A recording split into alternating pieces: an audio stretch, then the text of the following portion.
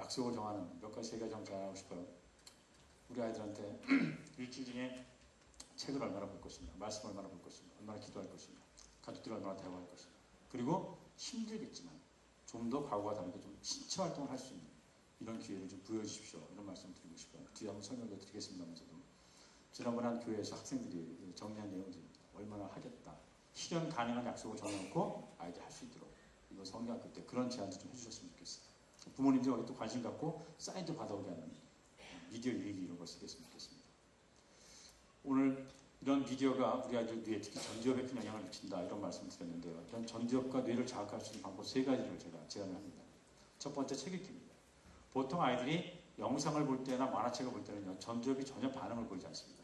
책을 볼 때는 전두엽이 활발하게 반응을 보입니다. 실험을 하나 해봤어요. 황순원 선생님의 단편 소나기를 세 그룹의 아이들한테 보게 합니다. 영화, 만화, 책을 읽게요. 그리고 이 아이들 한 자리에 모아놓고 특정 장면을 설명하면서 그림을 그리게 합니다. 만화와 영화를 본 아이들은 거의 비슷한 그림을 그려요. 그런데 책을 읽은 아이들은요, 다 10인 10세입니다. 책을 읽는 동안에 이 상상력이 자극했기 때문에.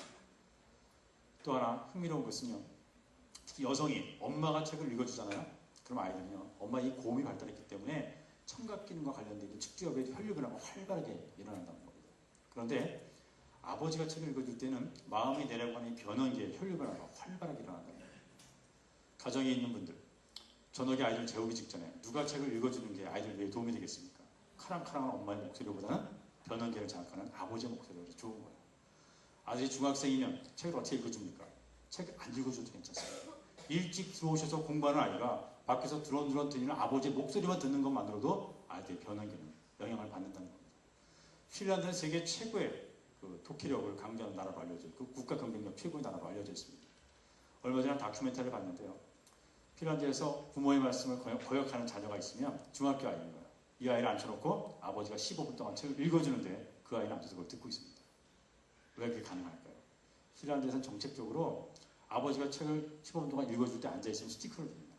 그럼 스티커를 잘 받아놓으면 이 아이가 상급 학교 갈 때 나중에 취직을 할 때 도움을 주는 이런 점수인 거예요. 10대 아이가 뭔가 정서적인 방황을 하거나 부모에게 가족관계에서 어려움이 있을 때 여러 가지 프로그램을 진행하지만 그 중에 하나가 아버지가 읽어주는 책을 앉아서 읽게 하는 겁니다. 15분 동안 일주일이 지나고 2주일이 지난 다음에 그 아이의 정서를 테스트해보면요, 놀라운 변화가 생기십니다. 이 시대 아버님들이 과묵한 것도 좋지만 집에 오셔서 목소리를 들려줍니다. 주일학교에서도 가능하면 우리가 한 번도 수련회 가셔도 돼요. 우리가 너무 보는 교육에만 지금 집중되어 있어요. 뭘 보여줄까? 이것도 중요하지만 뭘 들려줄 것인가?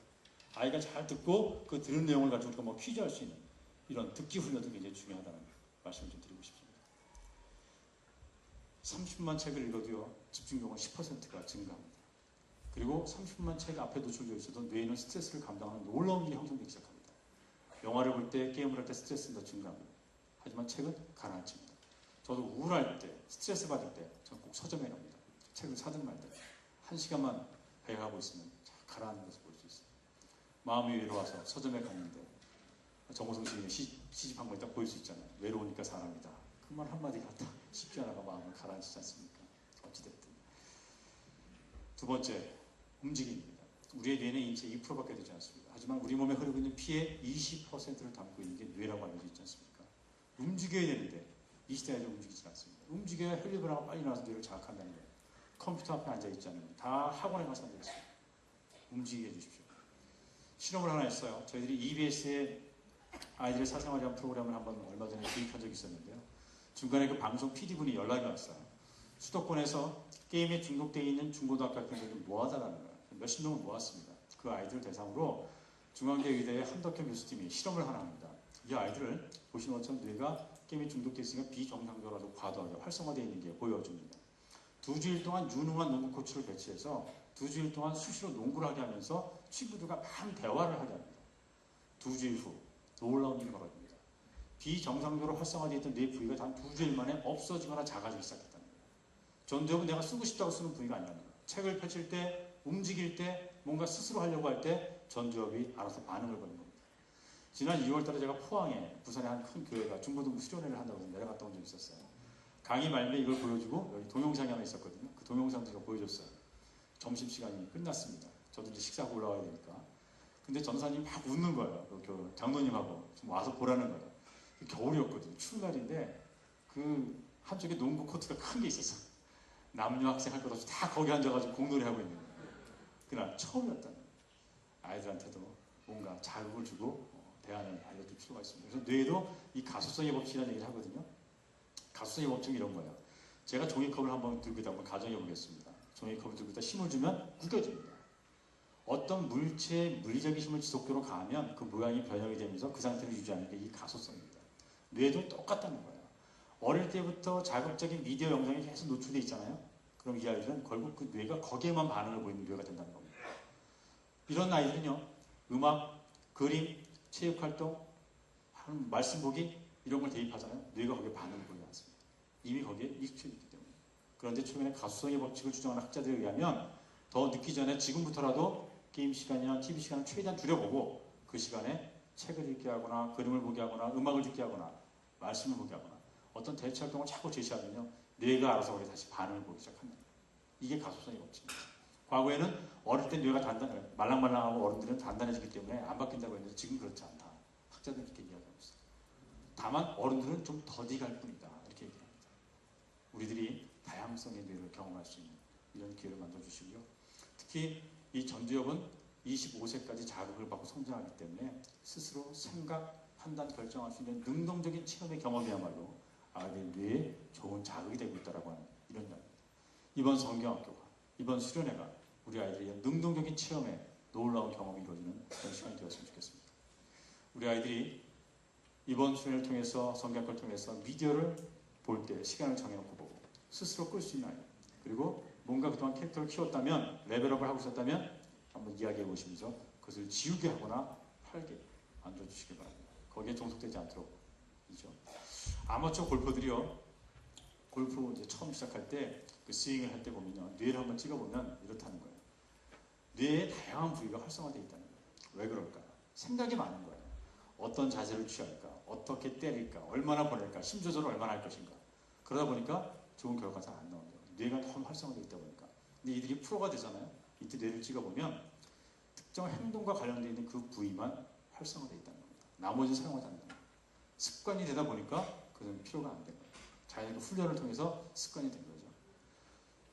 그래서 이런 훈련과 습관화시키는 과정을 통해서 뇌를 적응시키는 훈련이 필요하다, 이런 얘기를 하거든요. 반복적인 훈련은 뇌의 신경망 구조를 새롭게 만들어준다는 겁니다. 그리고 훈련을 반복하다 보면 뇌가 재해로가 된다는 거예요. 좋은 습관이 정착될 무렵이 되면 뇌가 스스로 알아서 반응을 보이는 이런 기제를 보인다는 겁니다. 법칙은 3회 법칙을 한번 쓰고 싶은데요. 이렇게 한번 제안해 드리고 싶어요. 3일 정도만 잘 그 상태를 유지해 나가면, 이걸 작심삼일이라고 하잖아요. 자신감이 오는 거죠. 아, 난 가능성이 있다는 것을 알게 됩니다. 그리고 이것이 3주가 되잖아요. 그때는 뇌가 알아차리기 시작한다는 거예요. 그러다 보니까 좋은 방향으로 그 정보를 습득하고 습관화시키는 이런 단계에 접어든다는 겁니다. 이것이 3개월쯤 되면요, 이때는 완전히 습관이 자기고타되고 내면화되는 이런 단계에 이른다는 겁니다. 우리 아이들이 3일 정도 하고 실패했을 때 다시 잘 권면해서 격려해서 지지해서 다시 할 수 있도록, 그래서 3주가 지나고 3개월 잘 우리가 점검만 잘해줘도 아이들이 좋은 습관이 안착될 수 있는 이런 기회가 되겠죠. 미국의 그 심리학회 회장인 카제딘 박사가 자신의 늘 교육 이론을, 카제딘 교육 이론을 이야기 주장하고 있는데, 늘 이분은 두 가지 대립 개념을 가지고 설명을 합니다. 아이들의 문제 행동과 긍정적인 반대 행동입니다. 예를 들면 늘 떼쓰는 아이, 다투는 아이, 부모 말씀에 거역하는 아이, 지나치게 TV 앞에 노출되어 있는 아이, 이걸 문제 행동으로 한번 가정해 보는 거예요. 긍정적인 반대 행동은 그런 아이들의 행동이 바뀌어서 부모가 원하는 그런 단계로 오는 겁니다. 이 학자가 수십 년간 다양한 케이스를 연구했다는 거예요. 근데 이런 긍정적인 반대 행동을 얻기까지 최고의 방법은 칭찬, 격려, 보상이라는 원칙을 가지고 접근했을 때 반드시 우리가 원하는 긍정적인 반대 행동을 얻을 수가 있다. 이 학자는 이렇게 주장을 하고 있습니다. 하와이 옆에 그 하와이 군도에 가면 카우아이 섬이라는 섬이 있다고 하죠. 아마 최근에 그 책을 읽으신 분들은 잘 아실 텐데, 이 섬은 전체 반경이 한 50km입니다. 인구가 3만 명 되고요. 1년에 300일 이상이 비가 오는 그런 지역입니다. 이 섬은 그 유명한 그 주라기 공원, 또 남태평양 같은 그런 유명한 자연을 배경으로 하는 그런 영화의 촬영소로도 유명한, 그래서 일명 가든 아일랜드라고 하는 이런 섬입니다. 이 섬은 특별한 역사를 가지고 있습니다. 1950년대에 미국에서 아주 특별한 그 연구를 하나 진행을 하죠. 1950년대에 이 섬은 모든 가난, 범죄, 질병, 청소년 문제 이런 것이 집약되어 있는 이런 섬이었습니다. 그럴 수밖에 없는 것이 사탕수수밭 잘 아시잖아요. 역사에서 배울 때 하와이 인근 중국인들이 들어가서 노동자 일을 합니다. 한국인이 들어가고 일본인이 들어가고 포리네시아인 최근에는 동남아인들 하와이 원주민들이 거기에 이제 거주하면서 다양한 인종들이 섞여 살기 시작합니다. 그러면서 계층 간에 그런 문제도 발생하기 시작하죠. 한학자는 이렇게 얘기해요. 한 인간이 태어나서 겪을 수 있는 모든 불행의 조건이 집약되어 있는 섬이 이 하와이 섬이었다. 이렇게 지칭을 합니다. 그래서 절망과 좌절의 섬이라고 했는데요. 1954년도에 미국에서 특별한 연구를 시작을 합니다. 마지막 미국에 주로 편입이 되죠. 그래서 그 지역의 신생아, 엄마의 뱃속에 있는 아이까지 포함해서 약 800명이 넘는 아이를 대상으로 해서 30년간 종단 연구를 실시합니다. 거기에는 의사, 정신의학자, 상담가, 사회복지사, 다양한 전문가들이 그 연구에 참여했다는 거죠. 그들이 연구한 것은 이런 것들이었습니다. 이런 좋지 않은 환경 속에서 어떤 어릴 경험이 성장 과정에 어떤 영향을 미치고 어떤 범죄적인 요인을 갖는지 학술적으로 그 과정을 실제로 연구하기 위한 30년간의 연구였습니다. 결과는 지금 우리가 알고 있는 그 사실들 그대로 나타나기 시작합니다. 어려운 가정의 아이들은 사회적인 어려움을 겪고요. 부모의 성격과 정신적 결함은 결국 아이에게도 영향을 미칩니다. 남자애들의 공격성이 높고 특히 남자애들이 가정과 학교에서 아버지를 롤모델 하지 못하다 보니까 여러 가지 문제를 야기하더라. 이런 연구 결과들이 그대로 나타나기 시작합니다. 그런데 그 학자들 가운데 한 사람, 에이미 워너라는 여성학자는 다른 관점에서 시작을 합니다. 이 학자는 그 아이들 가운데 800명 가운데 특별히 아주 고위험군 아이들인 200명을 대상으로 해서 또 다른 실험을 합니다. 이 아이들은 도대체 어떤 영향을 더 받을 수 있을까? 특히 이 아이들은 가정의 불화, 부모의 별거, 이혼, 부모의 알코올 중독 이런 조건을 더 많이 가지고 있는 이런 아이들이었어요. 역시 연구를 해보니까 그 아이들 가운데 전체 3분의 2는 학교 생활의 부적응, 학습장애, 손정범죄 같은 이런 비율이 똑같이 높게 나타납니다. 근데 이상한 일이 벌어집니다. 이런 악조건에 있는 아이들 가운데 3분의 1이요. 아주 유복한 가정에서 자란 아이들 그 이상하게 높은 성적을 받고 좋은 대학에 갑니다. 그리고 놀라운 자신감과 긍정성과 사회성 통찰력을 발휘하더라. 이런 결과가 나옵니다. 여기에 이 학자는 갑자기 의문을 품기 시작합니다. 그 다른 모든 학자들이 안 좋은 여건이 그 아이한테 어떤 안 좋은 결과를 낳는가 이런 관점에서 연구를 했는데 이 학자는 이렇게 접근합니다. 무엇이 역경 가운데서도 아이들을 정상적으로 유지시켜줍니다. 이런 관점에서 연구를 해요. 그리고 결론은 인간관계 때문이다. 이렇게 결론을 냈습니다. 이 아이들은요. 이 아이들 성장 과정 가운데 가족 중에 한 사람이었던 주변의 누구였던 반드시 한 사람은 그 아이의 모든 것을 받아주고 인정해주고 격려해주고 지지해줬던 어른이 한 사람 있었다는 거예요. 그게 부모의 한 사람이었던 할머니였던 삼촌이었던 주변의 교회학교 선생님이었던 학교 선생님이었던 그들은 그런 삶을 통해서 남과 다른 역경을 이겨내는 이런 삶을 살아왔다. 살 수 있다. 그래서 그것을 회복 탄력성이다. 이렇게 정의를 내렸다고 합니다. 우리 아이들이 교회에 와서 물론 부모님을 통해서 사랑도 받습니다. 하지만 그들이 우리 선생님을 통해서 하나님을 알고 그들의 삶의 정신적, 영적 멘토는 여러분을 통해서 만나는 것이다 생각합니다. 저희 아이가 중학교 2학년 때 미국에서 들어와서 올해 대학을 갔습니다. 제가 정말 감사하는 게 첫 번째가 하나 있습니다. 이 아이가 중학교 때 10대 때 들어와서 학교 생활이 처음에 어려움을 겪습니다. 그런데요. 이 아이가 교회만 갔다 오면 선생님 자랑을 합니다. 교회만 갔다 오면 목사님의 설교를 그대로 식탁에 앉아서 전하기 시작합니다. 교회학교 선생님들의 삶, 그분들의 열정, 그분들의 모습들이 이 아이에게 롤모델이기 시작합니다. 10대 때 우리 아이들이요. 누구를 보느냐에 따라서 누구를 만나느냐에 따라서 그 아이의 직업관, 인생관이 바뀌는 것을 전 저희 아이를 통해서